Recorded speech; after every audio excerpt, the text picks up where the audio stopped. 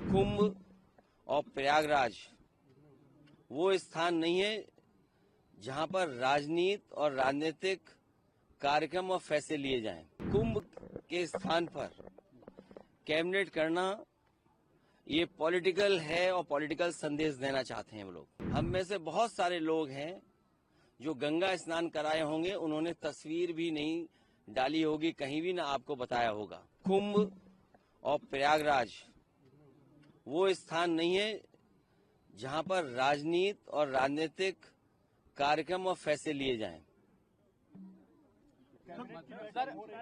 Cabinet ही political है sir, कल joint parliament और कुंभ के स्थान पर कैबिनेट करना ये पॉलिटिकल है और पॉलिटिकल संदेश देना चाहते हैं वो लोग। सर, ज्वाइंट पार्लियामेंट्री कमेटी कब वहां स्नान करेंगे?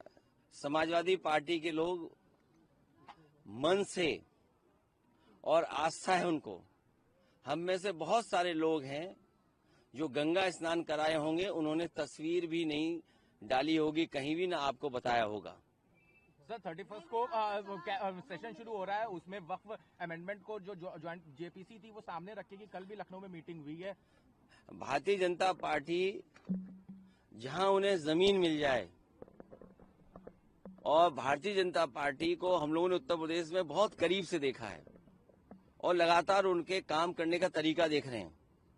जिस तरीके से भारतीय जनता पार्टी सबसे बड़ी भूमाफिया बनकर के आई है, किसी जिले की आप रजिस्ट्रियां चेक कर लो, और अगर ये बात सही नहीं है तो मैं अपने पत्रकार साथियों से कहूंगा कि लखनऊ की जितनी भी रजिस्ट्रियां हुई हैं, अयोध्या जैसी धार्मिक धरती, प्रभु श्री राम की धरती, वहां की रजिस्ट्रियां चेक कर लें, गोंडा तक की चेक कर लें।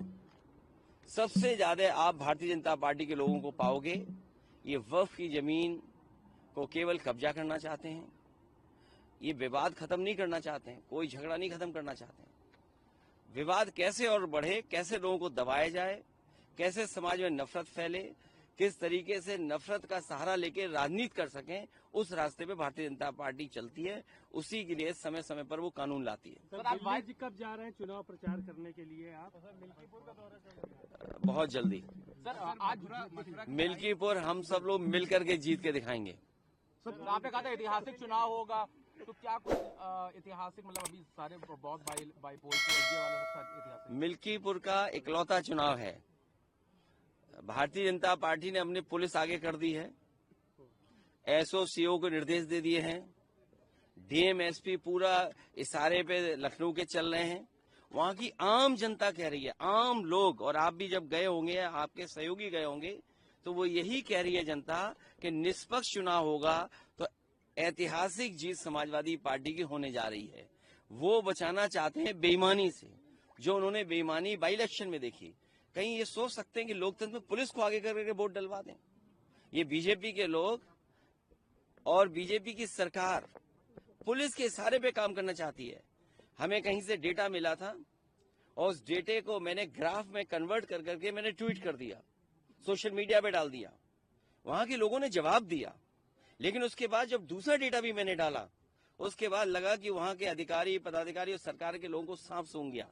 ये जो संस्कृति पैदा की जा रही डेमोक्रेसी में, अधिकारियों के माध्यम से वोट डलवाने की, ये परंपरा गलत है। कल को दूसरी सरकार आएगी और अगर इसी रास्ते पे चलेगी तो मुझे लगता है कि बहुत सारे इनके नेता वोट भी डालने नहीं जाएंगे।